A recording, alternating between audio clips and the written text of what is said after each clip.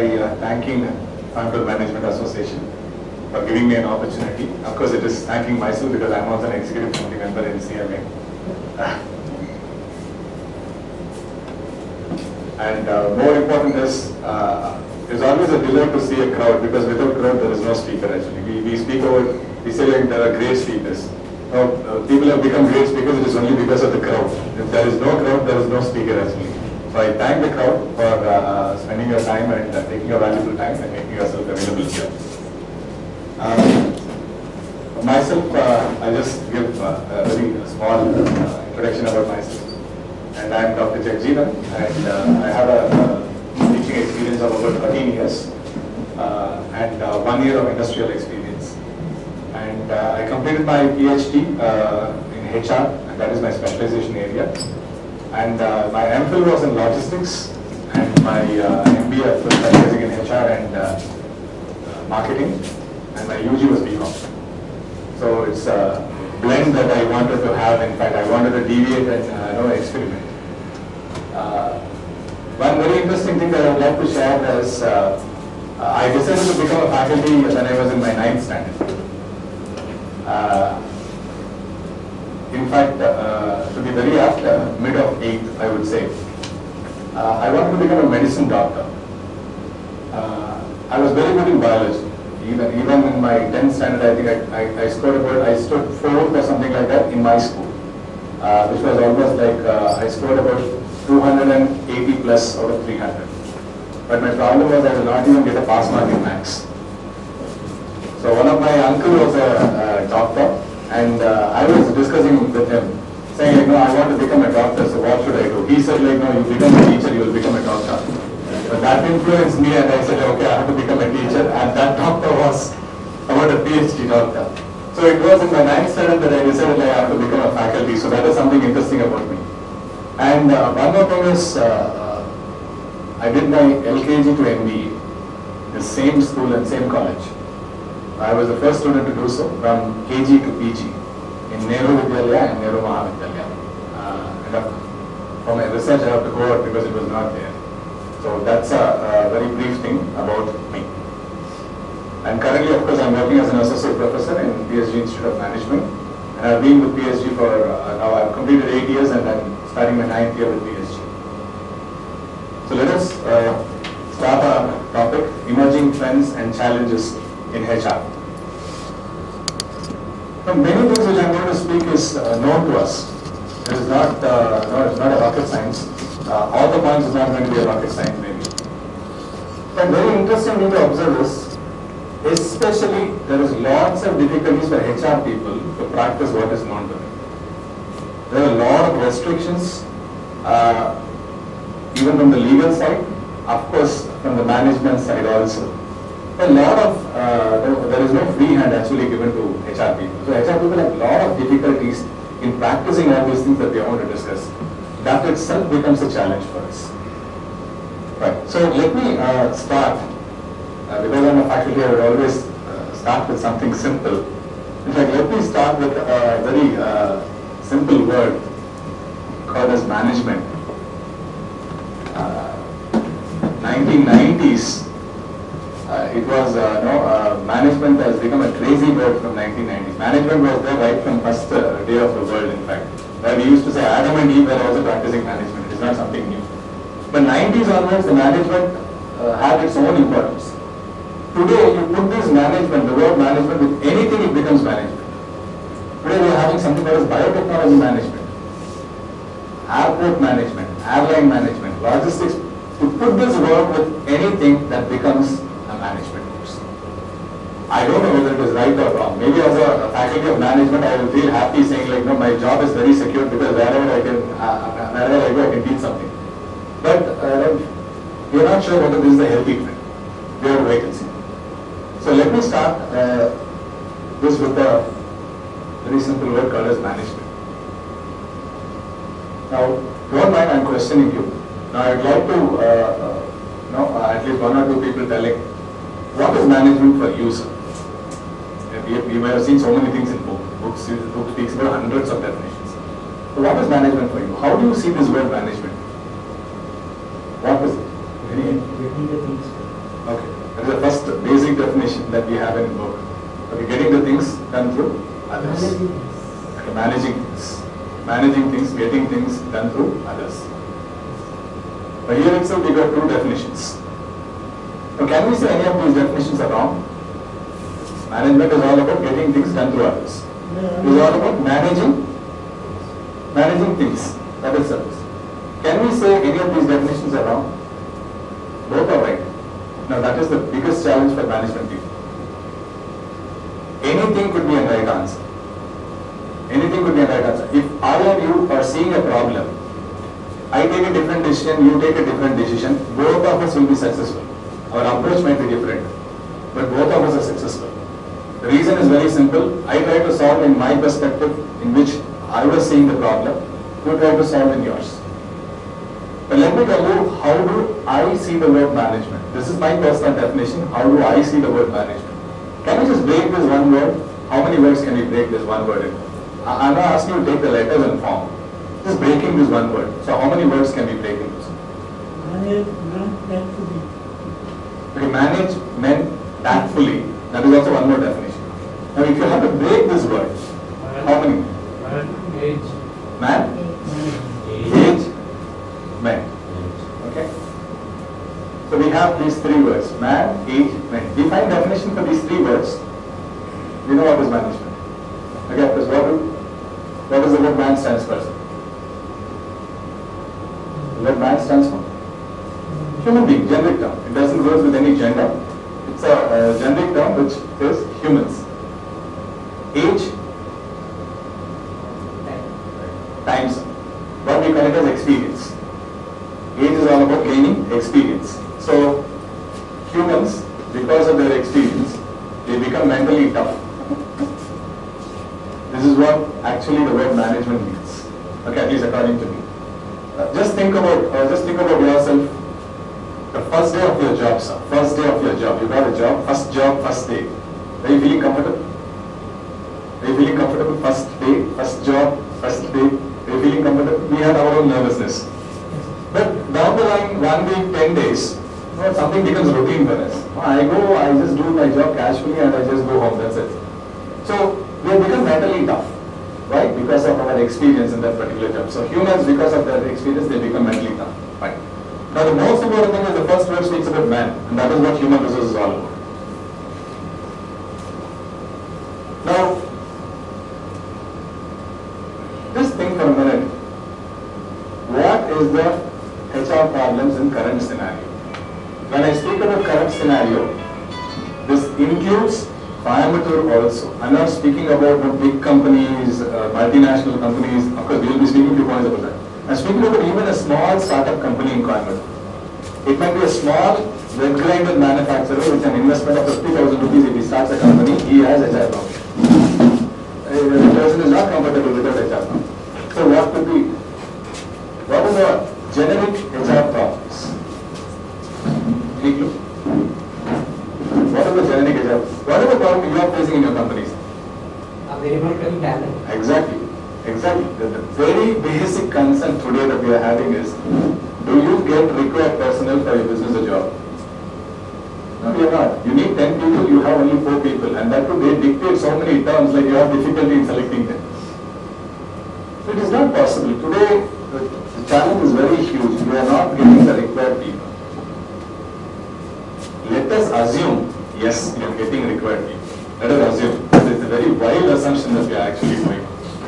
Okay, let us assume saying that yes, we are getting people. Are those people giving you the required productivity? Let us assume you want 10 people, you got 10 people. Are those 10 people giving you the required productivity? Only manpower. That's what. You want 10, you get 10. But productivity? None. Let us again assume. Let us again take it as a positive side. If it is yes, they give productivity, but do they give quality? Absolutely. The quality compromise is always there. Now, there is a very interesting comparison which happens. It is very clearly known to the HR manager and production people because they compare with the previous batch of employees and this batch of employees. What is the quality that we had in the previous batch? What is the quality that I had in the current batch? Definitely there is a quality gap. Okay, so do they give quality? Again, it's a question mark. Let us assume yes. Let us assume yes. If they are giving productivity, do they stick on team? We conducted a survey in 2009. In PSG Institute of Management, we conducted a survey in 2009. The highest demand in Coimbatore was for mechanical engineers. I don't know what is the trend today. We are planning to conduct it this year. 2009-10, that academic year, we got like mechanical engineers are the highest demanded profession. On an average, how many months or days they stay on with the company? Any guess? Again, I'm sure that you might have been experiencing all these difficulties in 2009-10. How many, on an average, how many months do they stay with you? Mechanical engineers, if you take manufacturing concerns? The average stay of the people, according to our survey, is 3 months, 90 days. 91st day on an average, they get the next offer. So they keep on shifting from one job to another. So even you get people, do they stay with you? No, definitely not. Now we have been making, as I said, we have been making a very wild and wild guess as well as very positive assumptions, saying yes for everything. Now this is the first challenge that we have is our attention. Why is that I am not able to retain people? How many of us really try to understand why is that I am not able to retain people? Why is the people leave, sir? What is our understanding? Why is the people leave? Sorry, sir? Exactly. The only reason that an employer knows is people are shifting from one job to another is because of the pay, but that is not the fact. The interesting thing that we are able to find, again through our surveys, there are actually at least 85% of the people, 84 point something, let us assume as 85, 85% of the people leave. It is because of their bosses. It is not because of the pay. It is because of the reporting authority to whom they are reporting. They are not feeling comfortable with them, so they leave. Exit interviews conducted, that is through that we are telling all these data. Exit interview conducted asking for a reason why are you leaving the job. 84.2 people who left the job say it is because of my boss. I'm very happy with the company, very happy with the environment, very happy with the pay. Even though I was traveling all the way to here, I don't have a problem. I'm comfortable, but I'm not comfortable with my boss.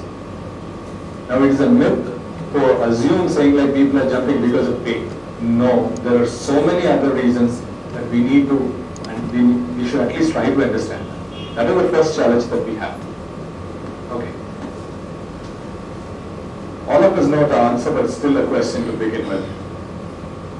Is our HR department a service department or a strategic department today? Of course, before that, let me be very clear. I'm not going to speak about personal management. I'm not going to speak about the legal issues in HR. I'm speaking about HRD. I'm not going to speak about personal management. I'm speaking about the HRD, the internal things about the HR. Is there an HR department, a service department, or a strategic department? What will be your choice? Service. Obviously. Okay.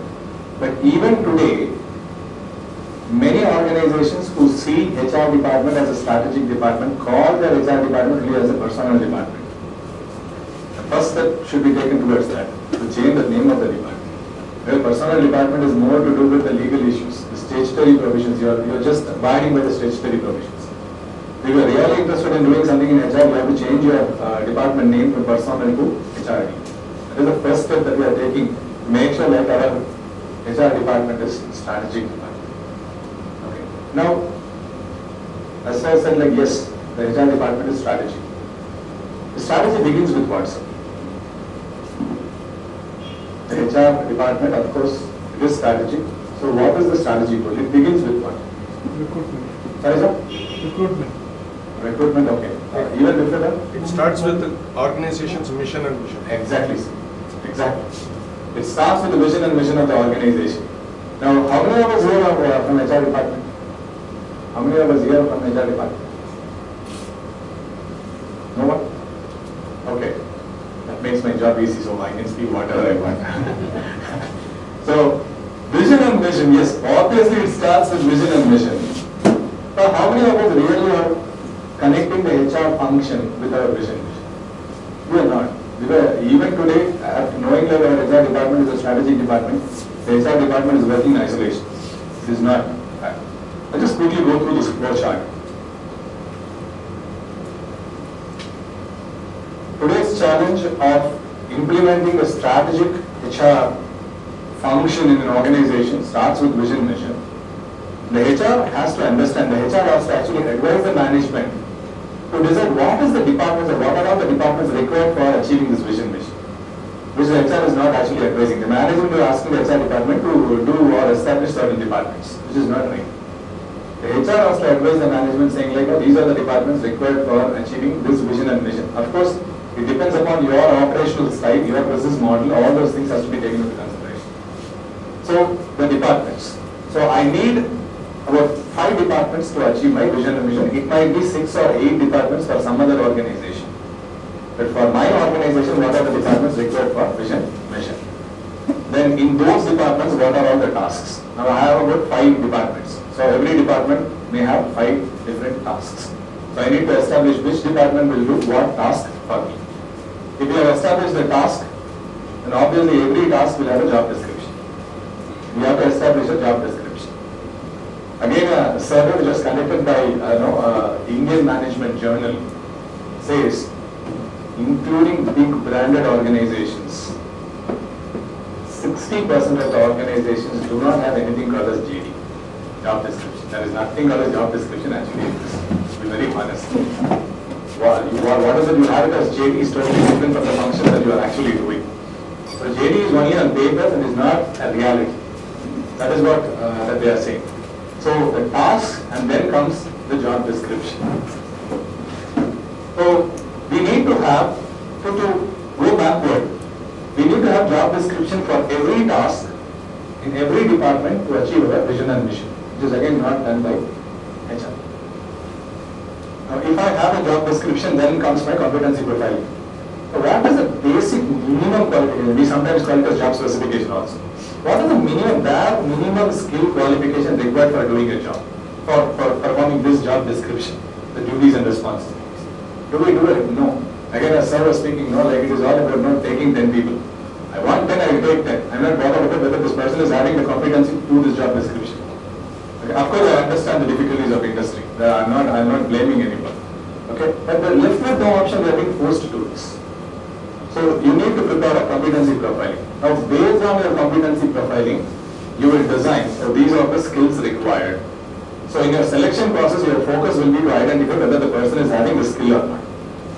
Okay, so your selection process, you identify what is the minimum competency that the person is having to do this job, in this task, in this department, try to achieve my vision and mission. Going backward. Now, of course, orientation and training. Orientation is not at all seen as a strategic function. Orientation is seen as a formality. Induction and orientation is seen as a formality. Orientation is very, very essential here because the first 3 days that an employer, a potential employee or the employee who already joined, spends in your organization is going to decide what is it he is going to do in this organization, or is this organization really having a value proposition. First 3 days of the person spending inside the organization, he will decide whether there is a real value proposition or not. So we need to design our orientation and training in such a fashion like it becomes a strategic function. Of course, after training, you give them an honeymoon period.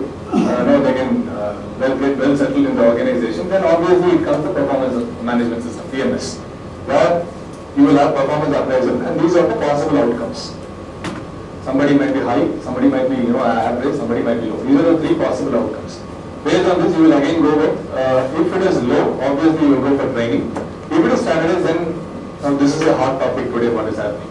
We need about another 2 hours to speak about this. Competency mapping. Competency mapping is done, and we design a competency matrix to make sure which job has common skills, which are the jobs which needs specific skills. So we design that.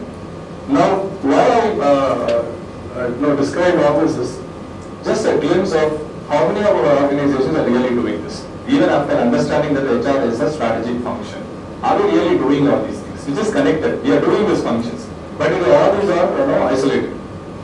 We have recruitment, we have selection, we do competency profiling, we do competency mapping, we do performance appraisal, but are they connected? No, the flow is not there. Now that is a big gap that we are having. So this needs to be done. You call your department first as a HRD, then if you are calling your department as a HRD, then you need to do all these things. Now to establish this itself is a challenge. Now let me start with our bullet points. Now whatever I have been speaking about is an introduction to set the tempo. Why HR is not working in many organizations. So what are the challenges that we are facing today? The first thing is increasing size of workforce. Now every businessman wants to do business in at least in the next country. If not to US, at least to Sri Lanka, at least to China, Singapore, Malaysia. I want my product, I want to send my products. So obviously when you are expanding your business, there is an increase in the size of your workforce. As I already said, the workforce is not available right. So from bad to good. From bad to good. No, the 3 or 4 days back when we were speaking about, in our faculty forum, we were speaking about this. If suppose Bihar is going to have a very positive growth rate in the next 5 years, all the southern states are going to suffer because we will not get laborers. It's a good thing which is going to happen to Bihar, but bad things for entire India, I would say. Right now, the people are not available for us. The first challenge, so from where to source my people, from where to source my people. And even you have certain sectors, for example, IT sectors, have people to work. But the problem is these people give preference to multinationals, not to an Indian company. It's again a myth, saying like, no, multinational companies are doing something great. It's again a myth. But the mindset of the people is like, no, I would work for a multinational company, but not for an Indian brand. So this is the next challenge that you have to break. And that is where employer branding comes into picture. Why is it even today's people know? If I ask in my class saying like, which company would you work? I would say at least 50% of the people would say Tata brand. Something associated with Tata brands. Why it is not so with some other Indian company, some other Indian brands? It's a question. It's a question. So this is the first challenge, increasing size of the workforce. All of us very clearly get this point, saying like the educational level of the employees have gone up. When I say education, I'm not speaking of the qualification, I'm speaking of the knowledge level, the intelligence level. As their education is going up, they are becoming very cautious about the rights. Today you cannot ask them to work for the 9th hour. They will question you saying like, no, probably they will even threaten you with legal provisions. Telling you what is the provision for making me to work for 1 hour extra. Okay? Employees are becoming educated and they are becoming very cautious about their rights. Getting an affinity from an employee, going beyond, making an employee to work beyond his rights and all is the next challenge for an HR. Making him understand, I understand your rights, you are eligible, the law says you are eligible, you have to work only for 8 hours, all that is fine. But still 9th hour, how many employees will give their productivity, the same 100% productivity in 9th hour, if you want to ask. This is another challenge, but this is what the management is expecting the HR people to do. Technological advances. Okay? Very few organizations, I would say, at least in textile organizations, this has started happening, where many machines are becoming mechanized. Now you have a set of people who are used to those old machines. Now the problem is the technology advance is making the old job becomes redundant. Those people now, the big problem is you have money to replace machines. But to replace this man, that is a big challenge. Now can I run this as a 2 units? It's not possible because you might not have that much business opportunities. Now, all this is it's something like a web, a spider web, and everything is interlinked. Where one place it starts a problem, it reflects in other sides also. So technological advances where old jobs are becoming redundant. Next one, apprehension of immediate unemployment. You wanted to bring a new technology itself. There is a possibility employee will start decreasing their productivity. Because the mindset is feeling very insecure about the job security. It's like, no, I'm not going to have job security. My management is buying new machines. So there's a possibility I'm going to set out. Okay, this is another problem. Now again, this is not going to be faced by management, but is going to be faced by HR. This is another challenge. Retrenchment is a difficult process, which hurts most of the people. Obvious. Now, when you are retrenching, the HR people has actually become, the HR people are becoming an economist. Now, when I was discussing with one of the senior brothers, of course many of you might be knowing PM Jagdishan sir, PMJ. When I was discussing with him, he said a very interesting thing. What is the problem in retention people? Right? Because I look at this from an economic perspective. What is the problem? If I send this person out, the individual income of the person comes down. The individual income, obviously, because he's not going to get his pay, individual income of the person comes down. It is going to reflect in the national income. If this is happening in many parts of the country, it is going to reflect in the national income. That is going to reflect in the GDP. So an HR, when he has to retrench, he is thinking like an economist.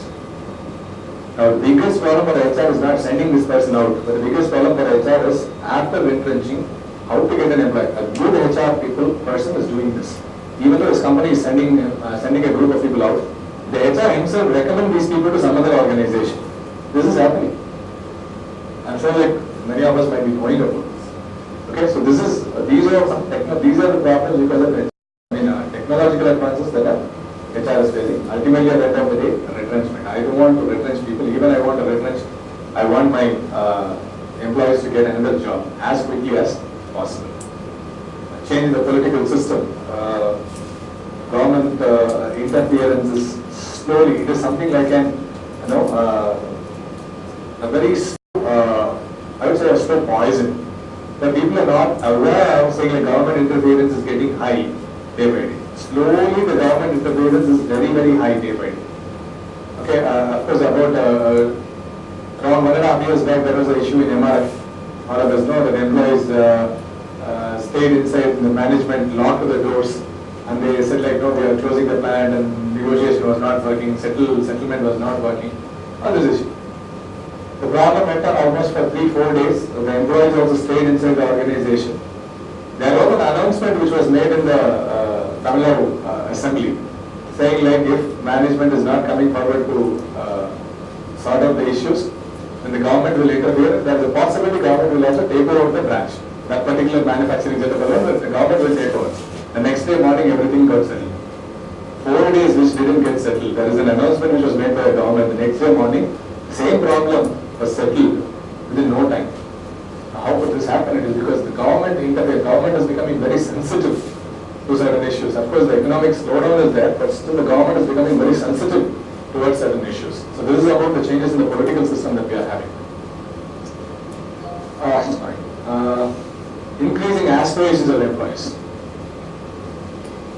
Today, a worker is not happy coming for the job in cycle for 20 years, which our parents might have felt very happy. My parents might have felt very happy. I would like to get a job in company ABC. 20 years I will work there. There is a possibility like the first job becomes the last job, they will retire there. And till their retirement they will be using their cycle. Of course, the good thing about it is that they are very healthy even today. But the interesting thing is like how many of the people are having this mindset at least to work for 1 year or 2 years. There is no. There is always, it could be the first day, it could be the last day for many of the employees. Okay, now the problem is, why this problem? Because of the very high aspirations. Okay, if my managing director or my boss, my owner is coming in Mercedes, I should own at least a Maruti. Basic, minimum. So my level of aspiration is getting higher and higher. Okay, because I see everybody is growing in my society. The next one, motivating the workers of this category is going to be very difficult because, of course, I'm going to contradict this point. For these people, money is the highest priority. For these people, money is the highest priority because the aspirations are very high. When I speak about aspirations, I'm not speaking about their goals actually. I'm speaking about their monetary requirements, their economic status. They're very worried about their economic status. So workers are becoming aware of their higher level needs. CIS, computerized information system. Today, HR, of course, we have ERP. Many organizations are having ERP. But how many of the HR managers know to operate this ERP? They have to take help from somebody who is good in computers. So very difficult for a HR person don't know how to operate the particular software.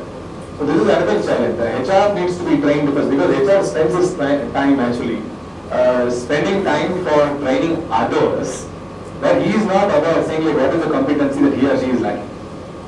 They need to train themselves in this particular computer skill. They need to acquire this computer skill. They are really interested in performing better. Okay. This is one thing, of course, when we were just having chat with Mr. Rajesh was speaking about the cross-cultural issues. Mobility of the professional person is very difficult. When you transfer, he will resign. You want to transfer a person, he will resign. Maybe I'm not interested in transfer. Because this guy will get a better offer in the same place itself. Well, he will not be interested in getting or accepting a transfer. That is the first thing. The second thing is, many people are willing to work in other country or other places. But the problem is the cross-cultural issues. I'll just quote one or two in fact. The very interesting thing is the body language.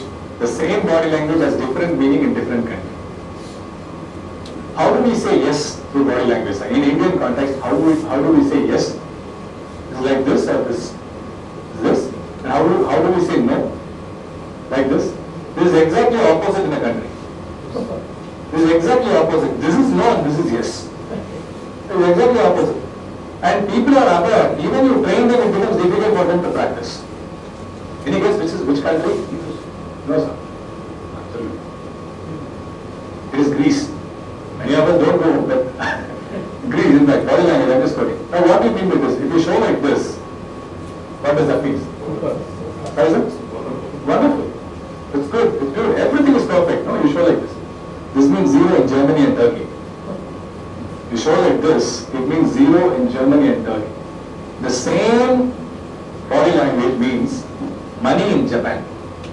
You show like this, it means money. How we show like this? We show like this, it means money in Japan. So just think, the same gesture, I would say, sorry, posture, has different connotations in different countries. Very good in India, zero in Germany, money in Japan. Now, it's very difficult. It's very difficult, in fact, to practice such things, but the HR people are expected to train people before transfers. Especially, companies like IBM or TCS, Microsoft. They train their people. I was even sharing that information with Mr. Rajesh, 8,000 square meters of space of the new building of TCS in Chennai has been exclusively allotted for cross-cultural training. They have their, even, what is the menu, if you suppose you are a vegetarian and if you have been sent to some other country, you might not be knowing which menu is veg and which menu is non-veg. Even that is being trained, and that has to be trained. And those sort of cross-cultural issues are actually restricting the mobility of the people. This at least is okay, sir. This is okay. I'll tell you something very cruel about the misunderstanding. What does this mean, sir? You're showing an hand like this. This means what? Challenge. You're challenging some. Okay? Or assume somebody, your son or daughter is rushing towards their exam hall. From a distance, you call them and say, that means what? Good luck, all the best. No, this is a very, very positive posture in our country. Now, do you know what this means in a Latin American country? One guy actually, it happened with one of the big IT companies. I don't want to name the company. It is one of the top 2 IT companies in India. They transferred one person from India to this Latin American country. I'm not exactly remembering the country. This guy has a habit of doing something like this. Come on guys, you can. No, this is a very natural habit of this guy. He went there, he did like this. The people who were working on more than 50% were ladies. They went and launched a complaint with the top management saying, we cannot work with this person. This person is showing a vulgar sign. Okay? This thing that we have been speaking about now, it's a thumbs up, wishing all the best. Is seen as a very negative, especially you show like this to the opposite gender, it means you are proposing to have sex with them in Latin American country. Now just think about such a good posture or a gesture. If you are going to practice that in some other country, it actually creates a reputation problem for you. So this sort of thing is really making people very sensitive to accept this sort of cross-cultural transfers or maybe working out of India. It's a myth actually. When many people say, I'm really interested in working in US or this. If you want to give them an offer saying like, no, within 10 days you are applying to US, they will say, no, 10 days I cannot go. You are going to get them, even if you want to arrange everything for them, right from passport to visa. Everything also people have their own reservations to accept and move so quickly. It's not that much easy. So it's a myth. And of course, this is one example that I put. If you have icon in Japan, if you're speaking with an elderly person, you're supposed to just look at the ground and speak. You're not supposed to have eye contact. You have eye contact, it means you don't have respect. But if you are in UK, what we are practicing actually, many of the things that we are practicing, what is being left with Britishers. In India or in UK, if you don't have eye contact, that means you are not having manners or you are not giving respect to others. So the same body language has a lot of connotations in different cultures. But this is another challenge today if you are really interested in transferring your employees. Because changes in legal system, every day there is an addition which is happening. Every day there is an addition. And of course, we have all the legal journals and other things which is coming to us online, labor law, indianlaborlaw.com, all these things are getting updated. Every day it is getting updated. But still it's very difficult to remember all these things. Remembering and bringing those legal aspects into our campus is very difficult. Management of human relations. Why the problem? Of course, unionism is very, very less today. But still unionism does exist. Growth of multi-unions inside the organizations. You have more than one unions, that is a big headache for the HR person. Rather than dealing with one particular set of people, you have to deal with 2 sets, 3 sets. This is another difficult. Growth of multi-union rivalry. Okay, this has nothing to do with the organization. Some rivalry which is happening outside the organization also, HR needs to settle that. HR needs to involve and settle that. That is another headache. There are some female employees are increasing day by day. Now, many of us know, according to Factories Act, that female cannot work more than 7 o'clock in the evening. That to 7 o'clock, 6 o'clock is what is the permitted time, 7 o'clock it is overtime. One woman files a case and says like, no, see, my family needs money. I am interested in working after 7 o'clock, why are you stopping? And the court says like, yes, if the woman is willing to work, you have to permit her to work. She herself is willing, you are not forcing, she herself is willing to work. Fine. The problem with the court is that it puts 17 conditions. 17 conditions if a woman has to work. Right? She should not be working alone. There should be another woman who should be working with her. You should have night breach facility. Creche or crash, whatever you call it as, breach facility in the night. And there should be a sexual harassment committee where it should be a 5-member committee, 3 should be women and 2 should be men. 17 conditions, and the court put 17 conditions. Now, very difficult. If one woman or at least 2 or 3 women has to work, you have to avoid the 17 conditions of legal. Very difficult, these things. But left with the option, you have to do it.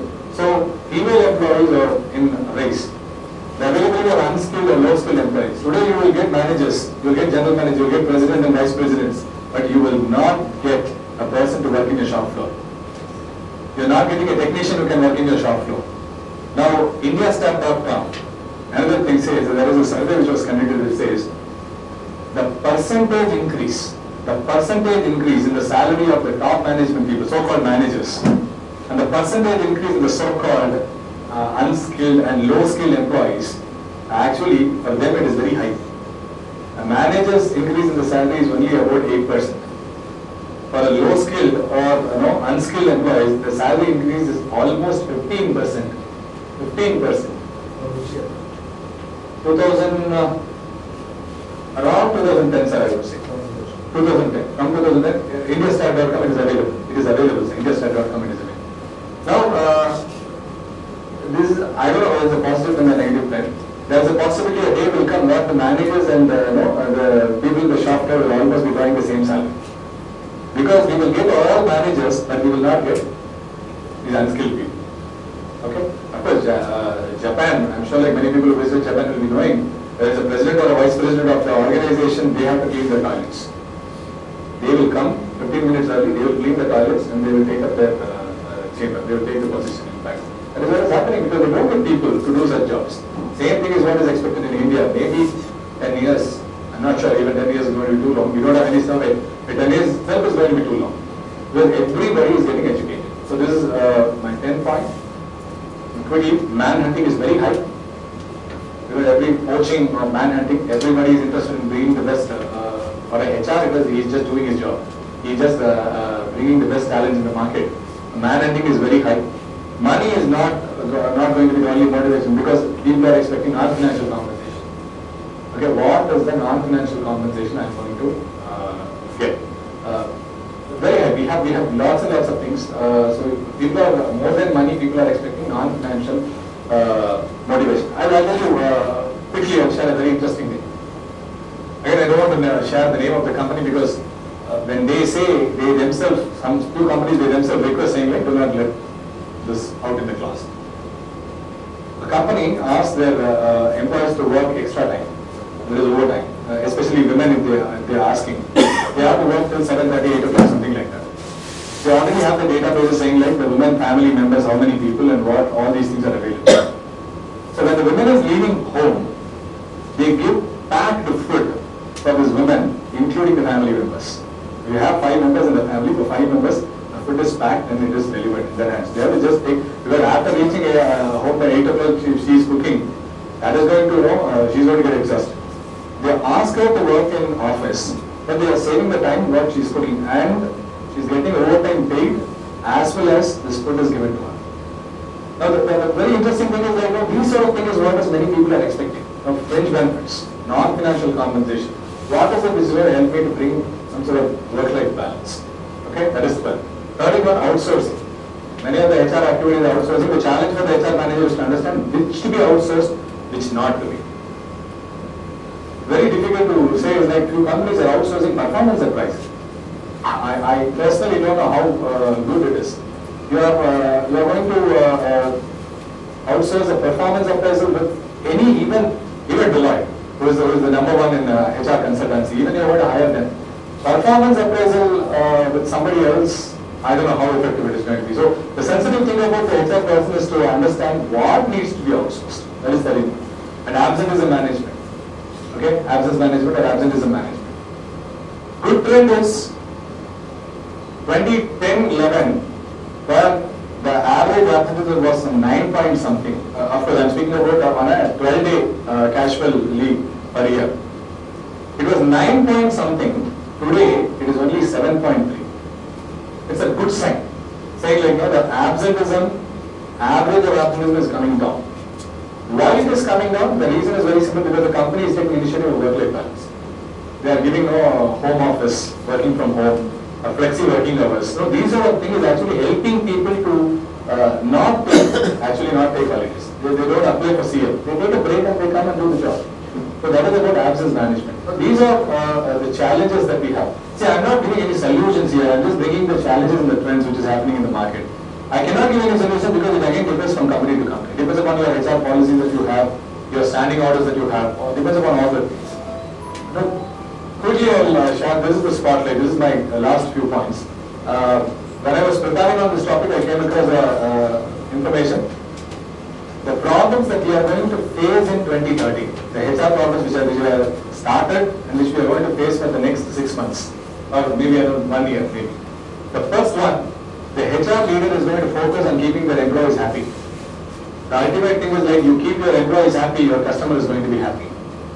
Okay, I'm sure like we all know like the first company to bring in a slogan saying employee first, customer next. You remember the name of the company? Employee first, customer next. For me, my employee is most important. I'm not worried about my customer. I keep my employees happy. Obviously, he will take care of the customers. The first, that company was the pioneer in bringing such an initiative, saying employee is most important for him. Any guess, sir? Which company? Not, no. Sir? HCL. Yes, somebody said. Who said that? HCL. Yes. Okay, it was HCL. And it was an initiative which was done by Mr. Shivnara himself. He was the person who gave this, in fact, tagline, saying like it has to be employee first, customer next. These trends are changing. So keep your employees happy, your customers are going to be happy. Second one, it is not important I take the best talent, but the challenge for me is to make sure they have the right workload, enough of workload in their organization. It is not like I give them, I ask them to work for 8 hours, and this guy works only for 6 hours, next 2 hours, he don't have workload. So what is the justification that I'm going to do for the pay I'm giving him? The most important challenge today is not only rightfully selecting, but most important is optimally utilizing their efficiency. Reverse mentoring. This is a new term that I came across. Reverse mentoring. Mentoring generally is done by the senior people to the junior people. Today we are speaking about reverse mentoring. Gen Y. The junior need to mentor the senior. Why? Because the juniors, if you take about 50 juniors, or let us assume 10 juniors, but the 10 juniors work together and let them tell, before even understanding the policy of your organization, let them tell you what is the policy in HR that they want in your organization. Let them tell that. It might be right or wrong, but you can always have the possibility of rejecting it. But if you are not taking their views, there is a possibility your policies that you are having at present will not work on them. That will again result in these people leaving your organizations very quickly.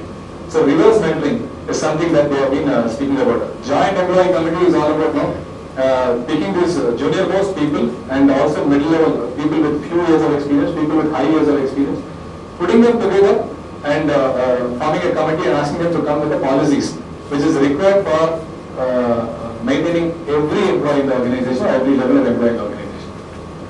First, compulsory leave for leaders, especially for the top managers. It has to be a compulsory leave. The top management people, of course, they travel a lot, they work for the organization, all that is fine.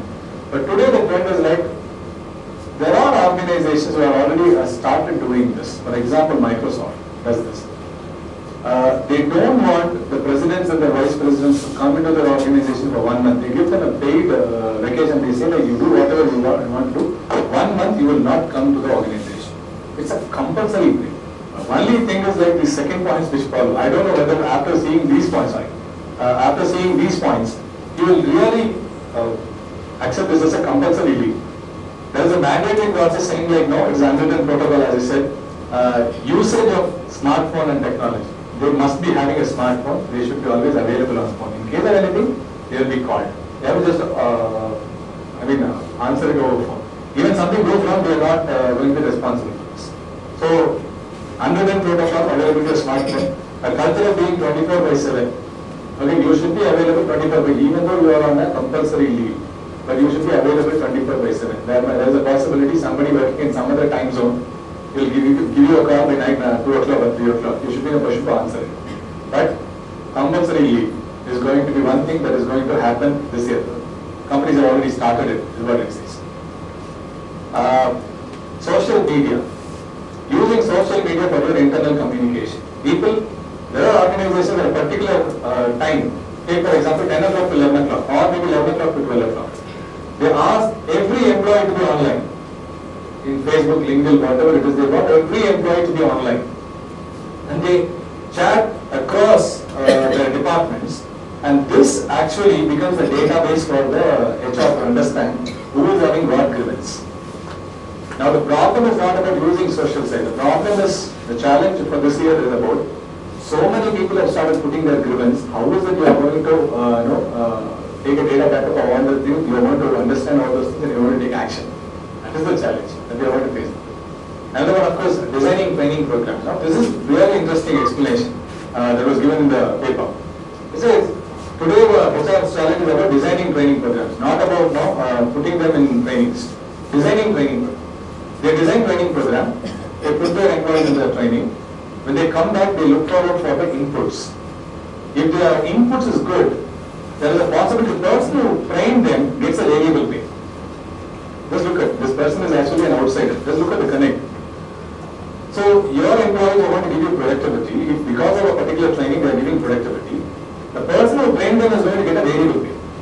So that person is not your employee. First of all, you have already outsourced this. Maybe he is a faculty who is working somewhere else. That person is going to get variable pay. At the same time, if the training program is not working, there is a possibility that the trainer will be questioned. I mean, why is it not working on our employees? Now, this is a trend that is coming up. Work from home, virtual work environment. This has started. Now the thing is, this should be given equal importance as the people are working on site. It should not be like, no, earlier we used to give no lesser importance. You can work from home, but you will not have its equal importance as working on site. But now it is going to be gaining equal momentum. The last one, of course, the internet. You are using social media, all that is fine. But the challenge is about you need to bring a separate code of conduct. inside your organization, because you don't know, people are in Facebook or people are in LinkedIn, you don't know what is that they are doing in that. Are they really contributing for the organization? Are they really doing something which is going to be useful for HR? We don't know. So you need to bring in a code of conduct for monitoring that. Right? So those are something that you have to really face. And this is the person, Mr. Srinivas Rao, who is the partner and chief strategist at the Strategist Consultancy, and his partner are the people who have given all these points after conducting survey. It's not that they have written something theoretical. All this is survey based. They are asking, after asking a number of companies that they have given this. So that's it from my side. Quickly completed. You have maybe you have few questions, and if I know the answer, I will try to answer it.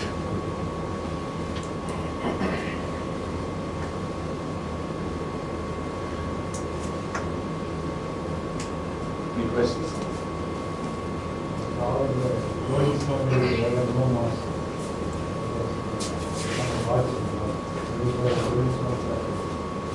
That's, yes sir, but people have started saying this applies only to stone and not to human resources. Now, as you say, no, you're saying like no, people shift from one company to another, so they actually learn many things. That is true. But the very interesting thing is, HR, from an HR perspective, they say a person cannot be jumping that much because that creates a reputation problem for his biodata. One. The second thing is like, these are the people who quick jump, I mean, who make a quick jumps in the organizations. Definitely they have a better career in the initial stages. But when they become seniors and when they have to be treated for a senior position, the companies are not willing to take it. And that is a problem actually. So actually we colloquially say it applies only for the stone and not for the human resources actually. Any other questions? Okay, yes sir. So regarding the, you were mentioning about the present knowledge level or intellectual level, now employers have started asking, as you were mentioning, that instead of working, if an employee is asked to work beyond 8 hours or something like that, 9 hours, he started questioning, like, is it really happening or is it a myth? Right. Now, based on the information that I have, because many of these points are not from any sources, all these points are with the discussion with the HR people, with whom are in. At least many people, I would say, I would not say, I would say at least many people say this. Okay, at least at an executive level, where organizations are having trade unions, definitely there is at least a appeal or a protest if you are asking employees to overstretch their working hours. And I am speaking about those companies who are very strict about having working hours. There are organizations who say, no, I see my employees after this time, I will penalize them. There are organizations who say 6 o'clock you have to be out. I don't want to see you inside my organization. I see you, I penalize you. Even those sort of organizations have started asking people to stay back after their working hours because of some emergency. But there the people are not willing to stay. There is at least there is a protest or an appeal being generated by the employees. Why? Because the simple thing is like they understand the rights. They say what the employer is doing today is something wrong. One more observation is here.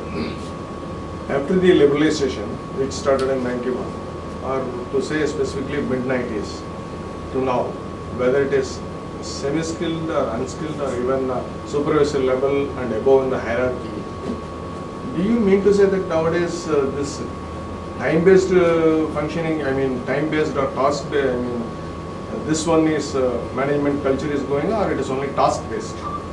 I'm not getting your questions, the last part alone. No, as you said, Earlier, earlier situation, industrial scenario, if you see, I'm not referring to IT generally. Right. I'm just saying general, across the industry, any segment.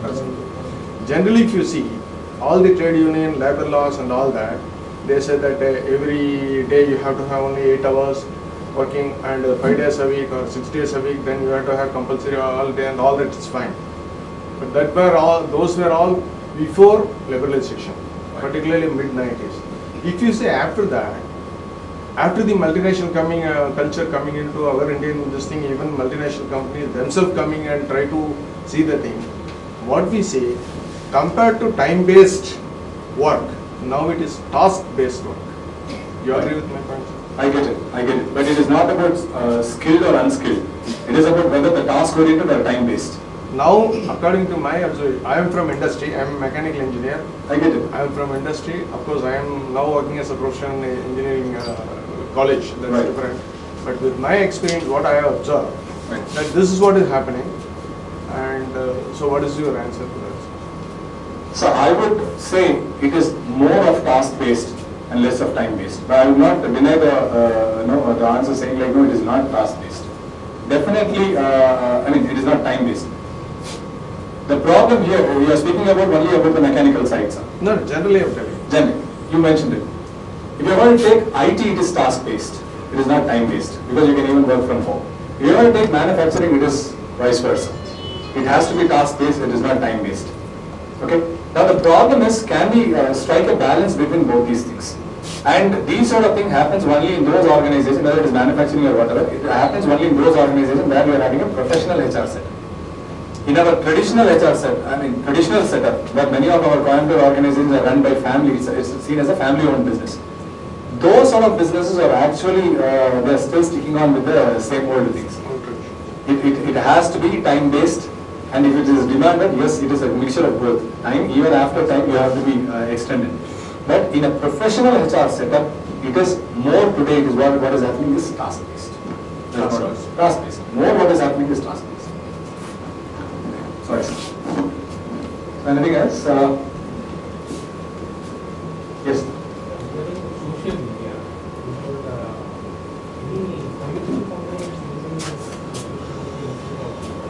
See, they are using, I would say yes, Coimbatore companies are using it, but they are using Lingual actually.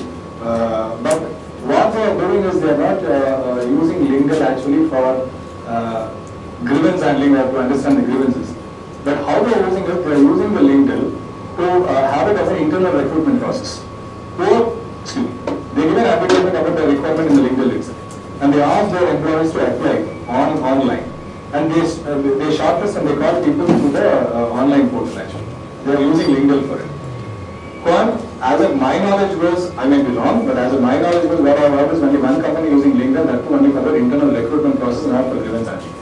But if you want to look at, for example, Ford is one organization, they expect their employees to compulsorily have, first day they want their employees to have a Facebook account.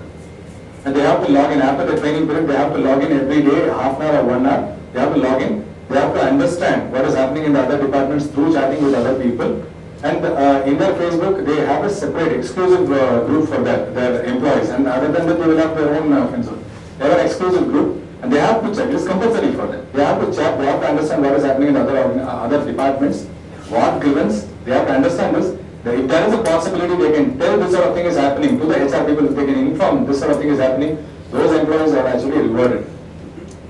It's actually what you call it as a mystery rewarding. It is not openly rewarded, but people are rewarded saying like, yes, what you brought to the knowledge of HR is right, and they take initiative from there. Ford is using. As of Coimbatore company, is only one company. Again, I don't want to name the company. Only one company is using. This is very much based, very close to our Ganapati area. They are using it. They are using LinkedIn only for internal recruitment process. Yes. So I think any other questions, please? Any other questions? Right. So thank you so much. In fact, for your patient listening. And I hope like this session is going to be useful for you. And as I said, many things, it's not something new. All of you might have already experienced. The only thing is like, it has to be a different perspective when you're going to look at the same problem. So again, thank you so much for making yourself available and for your patient listening. Thank you so much. Have a great day. Really, it's a wonderful program. Thank you for coming and sharing your insights. And really, it's very informative. Thank you. My pleasure. It's a small and Thank you.